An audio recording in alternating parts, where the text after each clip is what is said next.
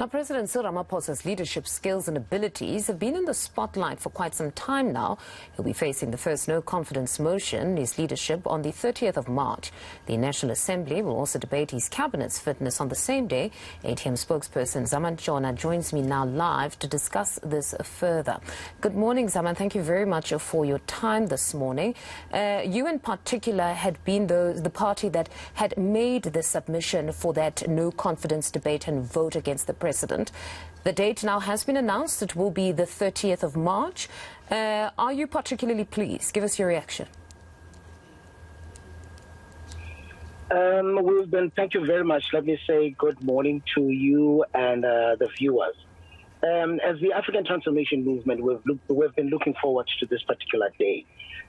We believe that the president has lost reins and control of the country a long time ago. If you remember that as early as the 20th of February 2020, we already placed him on a scale, on a balance, and we saw that his leadership was truly hanging on a balance, truly speaking.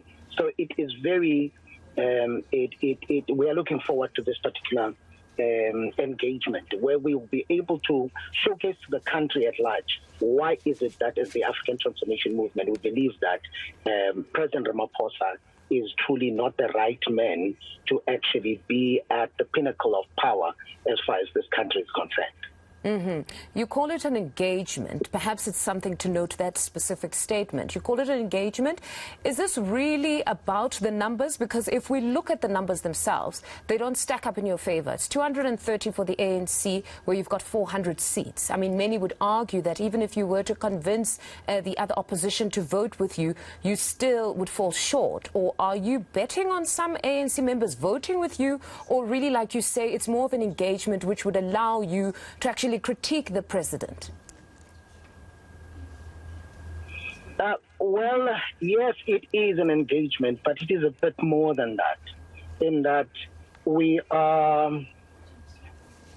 when you look, let me just give you a few examples, for instance. People are usually stuck in the issues of numbers and they forget that individuals were voted into, or were actually sent to the National Assembly to be independent members of parliament with integrity. When they took an oath of office, they did not take an oath of office as a collective, but they took an oath of office as individuals. Now, it is for us to appeal to their conscience so that they see the troubles we are faced with as a country. As early as within the 12 to 18 months of his leadership, when you look at the irregular expenditure, it moved from the 5th administration, which was 52 billion, to 83 billion in the 6th administration. Debt to GDP within that particular time as well had moved to 82%, which means of every 10 rand we make, 8 rand 20 cents goes to servicing debt. And since then, things have spiraled to actually to a state of paralysis for the country. The state-owned enterprises, ultimate law, the first time South Africa, the investment outlook, we are in the negative. So we want to appeal to the conscience of patriots in this country. We're calling on patriots to say, we see this for what it is. This is a drowning president and drowning us as a country as well.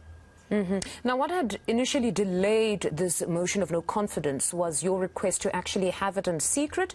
That has failed. It will be open. So you still believe that you're not deterred by this. You would still believe that some, as you say, you want to appeal to their consciousness, they would then vote with you.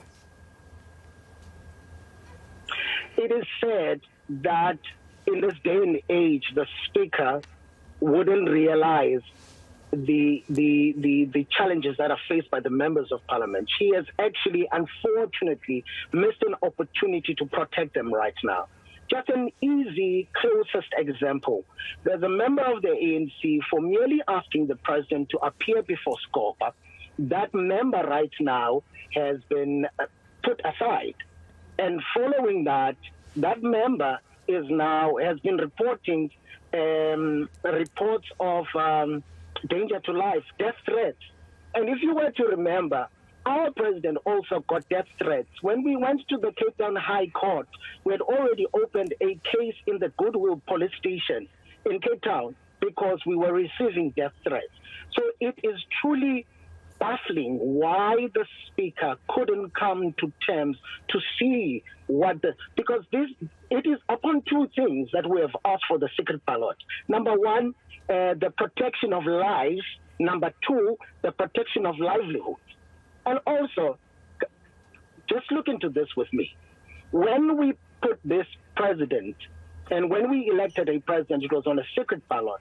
And when you dethrone a president, you want it to be an open ballot.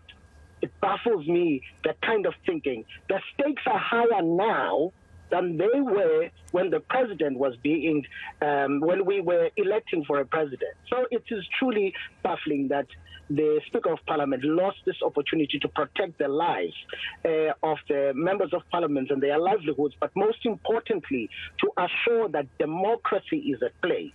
Truly, we're looking forward to a time where people will be protected, and upon receiving that protection, they can vote, not worried that would they have food tomorrow or would they be still alive the following day. But unfortunately, the Speaker lost that opportunity. Zama, we have run out of time, but just quickly, this vote of no confidence will actually take place at the same time with that on the Cabinet. It will be a no confidence vote against Cabinet that was brought by the Democratic Alliance. Your reaction to that?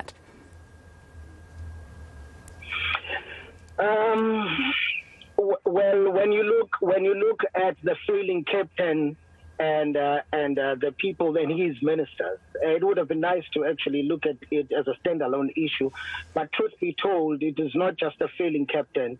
The ministers are failing as well. And if you were to extend it, you would say that the 28 years under the liberation movement, truly we have had an unfortunate circumstance where we are ruled by a governing party that is not interested in assisting the people of the country. Okay, apologies there to interject, but thank you very much. We have unfortunately run out of time.